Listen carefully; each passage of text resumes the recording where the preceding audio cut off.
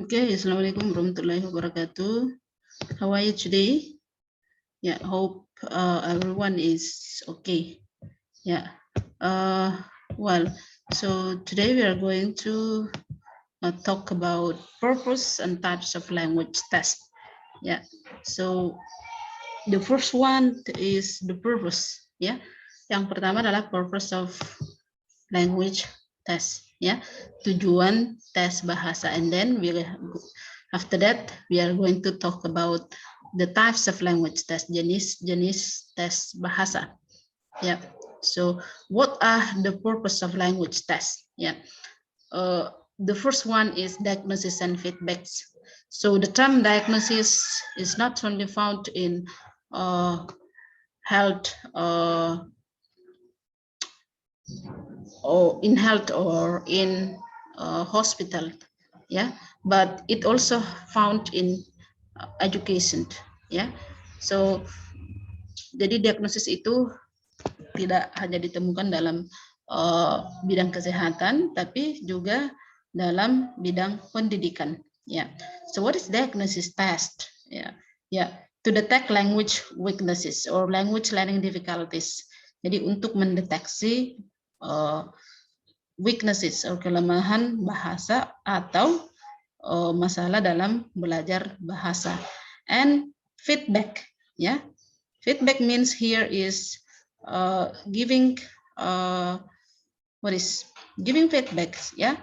Yeah, the feedback here is modify the language teaching accordingly. Yeah, so feedback itu adalah umpan balik, di mana umpan baliknya dalam hal ini adalah memodifikasi pengajaran bahasa sesuai dengan weaknesses yang kita temukan atau students language learning difficulties yang kita temukan.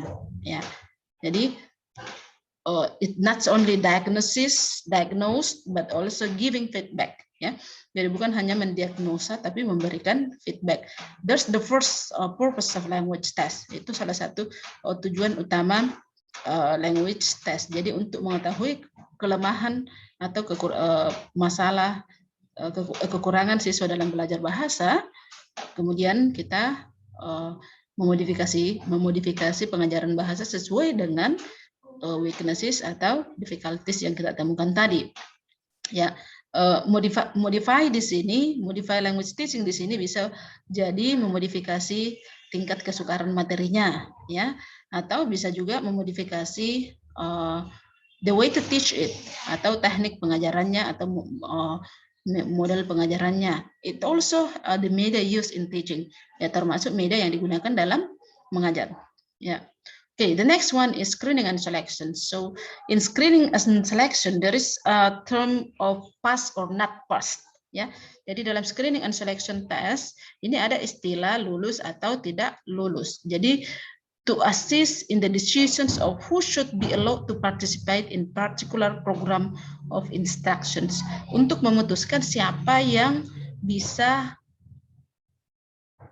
berpartisipasi dalam program tertentu, ya.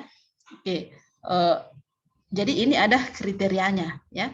Misalnya kita mau adakan kelas speaking, maka kita seleksi, kita mau seleksi siapa yang bisa masuk dalam kelas itu, maka kita adakanlah tes. Jadi tes yang diberikan tadi itu tes yang bertujuan untuk screening and selection. Siapa yang memenuhi kriteria untuk masuk ke speaking skill, speaking class, maka dia yang masuk. Yang tidak memenuhi kriteria berarti dia tidak masuk. That's called screening and selection. Jadi tujuannya adalah untuk men-screen dan menyeleksi seseorang atau siswa untuk mengikuti program tertentu. Ya. So informed decision about which students should be selected for entrance to an educational institution.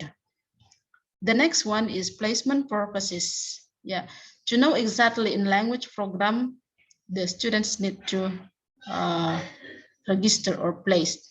So the other purpose of language test is to place the students according to their ability or according to their attitude.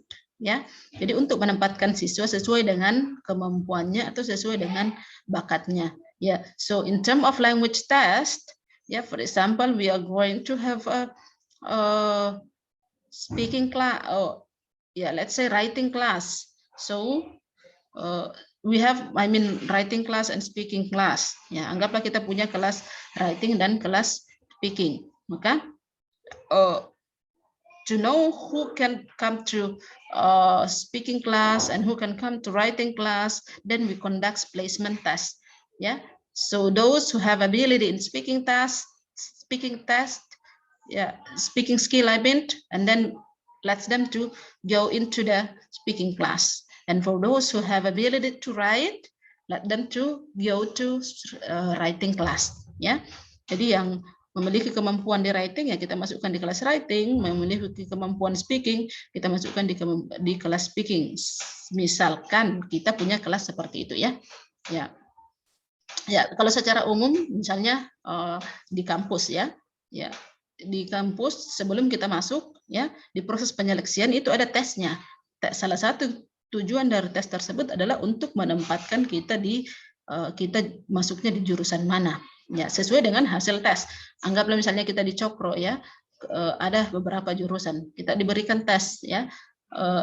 Misalkan nilai kita lebih dominan di tes bahasa Inggris misalnya, maka kita dimasukkan bahasa Inggris. Lebih dominan di tes IT misalnya, maka kita dimasukkan di jurusan IT. Ya. The next one is program evaluation. So one purpose of language test is to evaluate a program, untuk mengevaluasi program, whether the program that we run is running well or not, or is running as we hope or not, ya, or as we expect or not, ya, untuk mengevaluasi program, apakah program yang kita jalankan itu berjalan dengan baik atau tidak, berjalan sesuai dengan yang kita inginkan atau tidak. So to provide information about the effectiveness of program of instructions, ya. For example, you are having a vocabulary test. Anda punya vocabulary program, ya, ada program vocabulary-nya. Anggap misalnya kita buat kelas vocabulary, ya. Kemudian setelah ya di akhir itu kita berikan tes. Salah satu tujuan dari tes yang kita berikan itu adalah untuk mengetahui apakah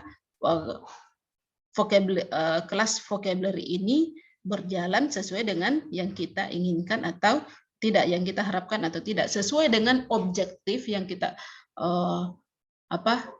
yang kita provide sebelumnya atau tidak, ya. The next one is provide research criteria. You know that language test score are often provide a standard of judgment in a variety of other research contexts. So people conduct research start from the language test score. Orang melakukan research in language start from language test score. Ya. For example, after having test, after giving test to your students, and most of your students got, for example, low score, then come to your mind, what's the matter? Why? Yeah, and then you would like to find the cause. Yeah, you would like to find why. Then you conduct a research.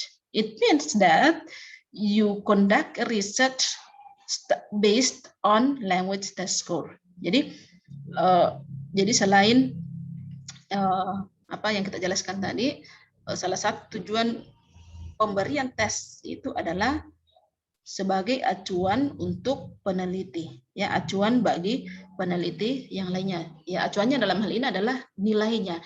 Nilai dari hasil tes tersebut itu menjadi acuan bagi seorang peneliti untuk melakukan penelitian, ya.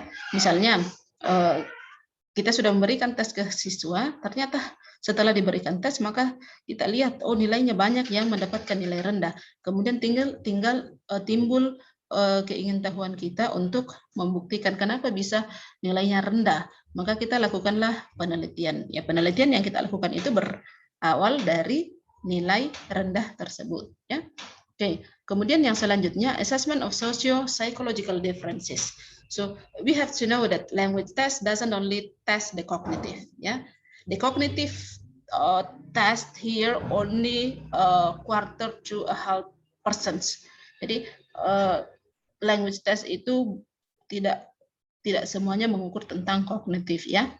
Jadi kognitif yang diukur dari language test itu hanya sekitar 1/4 atau setengah seperempat atau setengah ya. Oke. But it also tests the students' persistence ya. The rest is testing the students' persistence. Jadi sisanya itu adalah mengukur students' persistences atau misalnya kegigihan siswa ya. It also tests socio-economic status of the students ya. Jadi dia juga bisa melihat dari tes ini kita bisa lihat socio-economic status of the students. So for example, we ask them to speaking ya. We ask them to speak.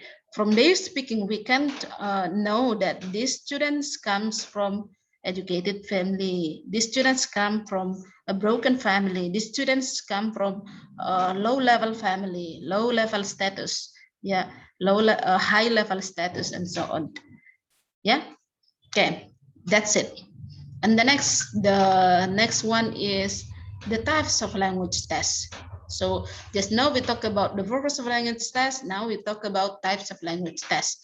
So one type of language test can cover more than one purpose of language test. Jadi satu jenis tes bahasa itu bisa mengcover lebih dari satu tujuan pemberian tes bahasa.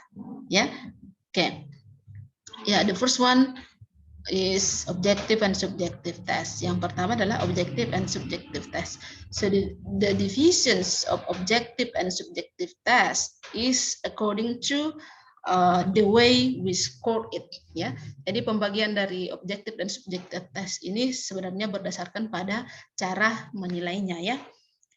Objective test is that may be scored by comparing examinee responses with an established set of acceptable responses or scoring key ya. So it is the test which the way to score it is objectively. Yeah, why it is objective? Because we have provide the key answer key. Ya, kita sudah menyiapkan answer key. Ya, it doesn't need any basic knowledge or any particular knowledge to score it. Ya, jadi dia tesnya bisa pemberian tesnya itu secara objektif. Penilaian tesnya itu dilakukan secara objektif. Jadi siapapun yang menilai itu nilainya sama. Kenapa? Karena sudah ada kunci jawabannya. Ya, dia nilainya 0, 1. Ya, salah 0, benar dapat 1. Misalnya multiple choice, ya, atau true false, ya, atau matching, menjodohkan. Ya, itu masuk semua di objective test. Ya, so no particular knowledge of training in the examined content area is required on the part of the scorer. Ya, jadi tidak ada ilmu-ilmu tertentu atau pengalaman tertentu yang dibutuhkan untuk memeriksa tes tersebut. Ya, for example, I have vocabulary test, and then I have conducted vocabulary test, and then after conducting it, I don't have any time to correct it. Ya, saya tidak punya waktu untuk mengoreksinya, so I ask someone to correct it. Ya, saya meminta seorang untuk memeriksanya. Ya, even though he or she doesn't have any knowledge about vocabulary, then he or she can do it. Ya, why? Because the key answer or the answer key has been available, and the score is only 0 or 1. Ya. The next one is subjective test. Jadi ini kebalikan dari objective test. So the test which the way to score it is subjectively. Ya. Cara penilaiannya ini subjektif. Ya. It requires opinion, judgment, or insight or expertise to to correct it, to give them score. Ya, jadi dia butuh insight, wawasan ya, atau expertise. Ya, dia yang memeriksa itu harus expert dalam bidang yang diteskan. Misalnya kita ingin kita memberikan tes writing, kemudian setelah itu yang boleh memeriksa tes writing tersebut adalah yang punya insight dan expertise in writing, ya. Jadi punya wawasan dalam writing dan dia expert dalam writing. When you are not having insight and you are not expertise in it, then you cannot do it. Yeah, that's we call subjective test. The next one is direct and indirect test. Yeah. So it's said to be direct when it requires the candidate to perform precisely the skill that we wish to measure. Yeah. Okay. Direct test items use authentic assessment approaches. Ya. Ya. For example, contohnya misalnya di sini tes langsung ya. You would like to know the student speaking ability.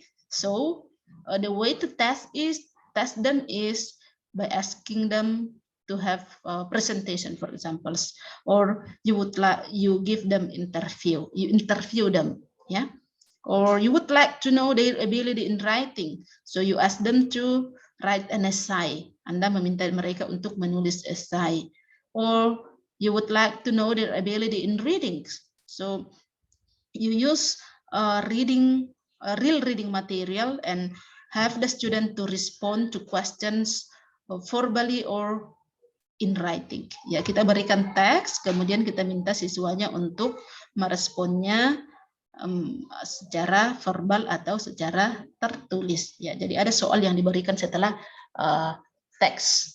Ya, that's we call indirect test. Ya, direct test I mean ya. While indirect test attempt to measure the abilities, underline the skills in which we are interested. Ya, jadi indirect test, ya, assess knowledge without authentic applications, ya. Jadi dia menilai atau menguji secara tidak langsung, ya. Oke. Oh ya, sorry. Let me give you one examples of direct test. Oh sudah tadi ya. Ya. Oke, misalnya speaking kita tes dengan wawancara. Ya, oke. Indirect test, for example, you would like to know students what is students' knowledge about vocabulary, and then you give them multiple choice questions, ya, or close items. Ya, you would like to know students' writing ability, and then you ask them to have paraphrasing, ya, or sentence reordering. Ya, that's we call indirect test. Ya. The next one is discrete point and integrative points. Ya, in bahasa Indonesia we say that tes terpisah dan tes terpadu. Discrete point terpisah, integrative point tes terpadu. Ya, jadi tes terpisah dalam hal ini discrete point, ya, itu dilakukan dalam bentuk komponen penilaian untuk mengukur kemampuan siswa secara terpisah, ya. Misalnya kemampuan mendengarkan, ya, speaking, ya, kemampuan listening, kemampuan speaking, ya, kemampuan reading, ya, dan kemampuan-kemampuan yang lainnya dalam language element, misalnya vocabulary, morfologi, sintaks, dan lain sebagainya. Itu dilakukan secara terpisah, ya. Oke. Ya, sedangkan integrative point, ya, atau tes terpadu, ya, itu tes yang mengukur kemampuan siswa secara terpadu atau secara integrate, ya, ya, di mana di dalam tes tersebut terdapat kompetensi bahasa yang lebih dari satu, ya. Ya. Misalnya kita adakan tes dictation test, ya. So dictation test doesn't only require the listening, ya, but it also requires students' vocabulary ability and also grammar, ya. Okay. Jadi dalam misalnya contohnya dalam tes dictation ya. Jadi yang dibutuhkan di situ bukan hanya listening-nya siswa, tetapi juga vocabulary-nya, termasuk spelling-nya, kemampuan spelling-nya, dan juga kemampuan tata bahasanya atau grammar-nya. Ya, that's we call integrative test. Jadi dia diintegrasikan, mengintegrasikan beberapa skill atau beberapa language element dalam satu tes.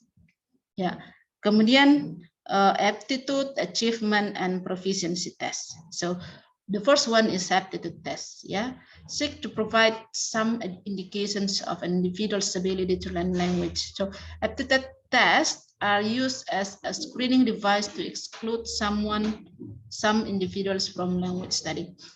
Jadi aptitude test itu adalah tes bakat ya. Ya. Who has aptitude to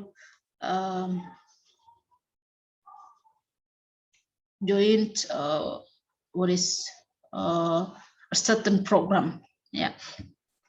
Jadi ini sudah ada saya jelaskan tadi sebelumnya ya.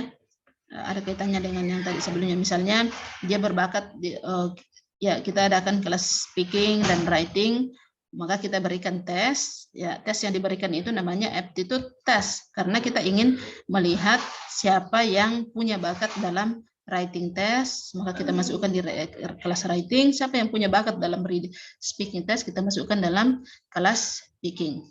Kemudian achievement test, a test designed to measure a learner's progress over a period of time. Ya, tes prestasi ya.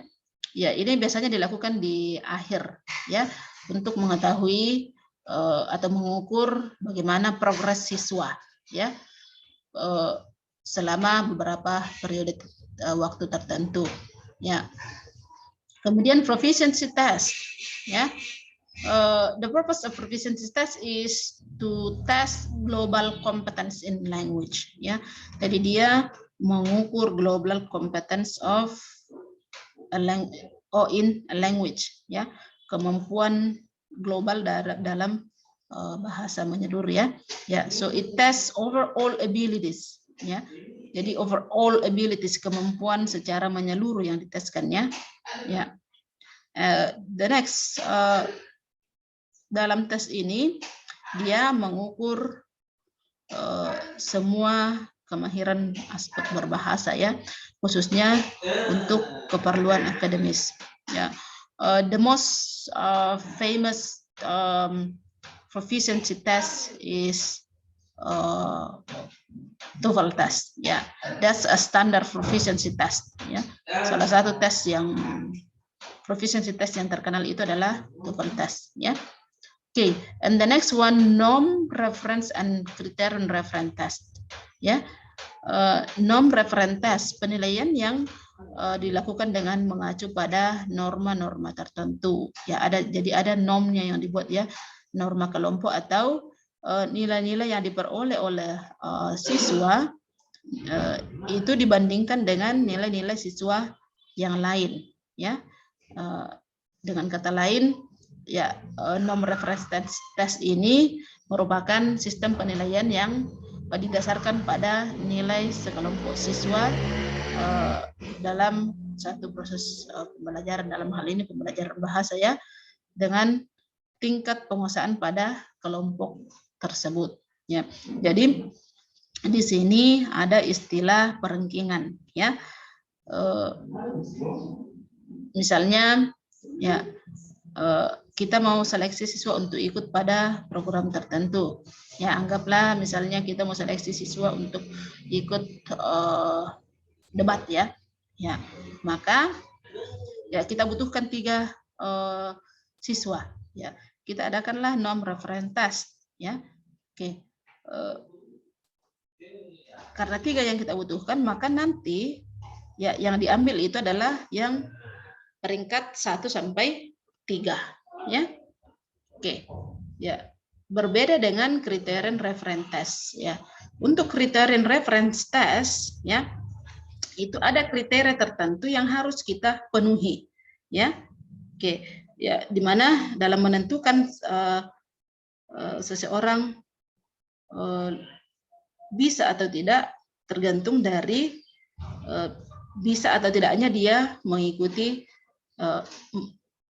kriteria yang sudah ditentukan. So, in criterion reference test, student score not affected by the performance of other peers. Jadi tidak ada hubungannya dengan performance of their friends, ya, kemampuan temannya, ya. Kalau tadi ada istilah bersaing, ya. Kalau criterion reference test itu istilahnya kita bersaing dengan diri kita sendiri, ya. Jadi ada anggaplah misalnya kita ikut tes vocabulary, kemudian ada passing grade-nya yang misalnya yang nilainya di atas 80 maka dia lolos, ya. Jadi tidak ada istilah kita bersaing dengan teman, tapi bersaing dengan diri sendiri, ya, untuk bisa memenuhi kriteria yang sudah ditentukan. Kriterianya adalah misalnya yang nilainya di atas 80 baru bisa lolos. That's we call criterion reference test. Ya.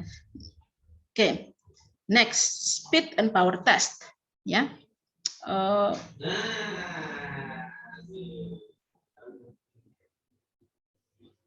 So speed test is one in which the items are so easy that everyone taking the test might be expected to get every item correct, ya, given enough when they give enough time, ya. Jadi speed test, tes yang membutuhkan kecepatan, ya. This test is actually easy, ya, and we can do it. We can have all correct answer. I mean, all the answer can be correct, but the problem here is the time is given to the test taker is limited, ya. Jadi waktunya sangat terbatas, makanya dia dikatakan speed, ya. Tapi sebenarnya soalnya gampang, ya. Cuma karena waktunya singkat sehingga kadang kita ada yang tidak, ada beberapa tes yang beberapa number of tes yang tidak kita lulusi, artinya tidak ada beberapa yang salah, ya. Ya, padahal sebenarnya kalau ketika kita diberikan waktu yang cukup, maka kita bisa benar semua, ya. Okay. Next one, examinee are compared on their speed performance rather than on knowledge alone, ya. Jadi siswa di sini dibandingkan dengan their speed performance, kecepatan mereka dalam mengerjakan soal tersebut daripada ilmu yang mereka miliki, ya. Jadi siapa yang cepat, ya, maka dia yang maksud saya yang dibutuhkan adalah kecepatan, bukan knowledge-nya, ya. Berbeda dengan power test, ya, test that allows sufficient time for every person to finish, but that contains such difficult item that few, if any, examinees are expected to get every item correct, ya. Jadi power test ini tes yang menguji what is our knowledge, ya, pengetahuan kita, ya. So the time is given is perhaps long time, ya, bisa jadi waktunya lama, tetapi jadi dia tidak memfokuskan pada waktunya, ya, tapi pada knowledge-nya, ya. Oke, kalau tadi kecepatannya, kalau ini knowledge-nya, ya. Misalnya kita ingin mengetes someone's writing, ya, kita berikan topik, ya, kemudian dia menulis, ya. Kita tidak berikan waktu yang singkat, ya, misalnya speed time tadi, ya. Oke. That's the types of language test. Itulah types of language test, ya. Oke, semoga bisa dimengerti, dan kalau misalkan if you have any questions, then you may ask it. Boleh ditanyakan, ya. Okay, I think it is enough for today. Thank you for your attention. Assalamualaikum warahmatullahi wabarakatuh.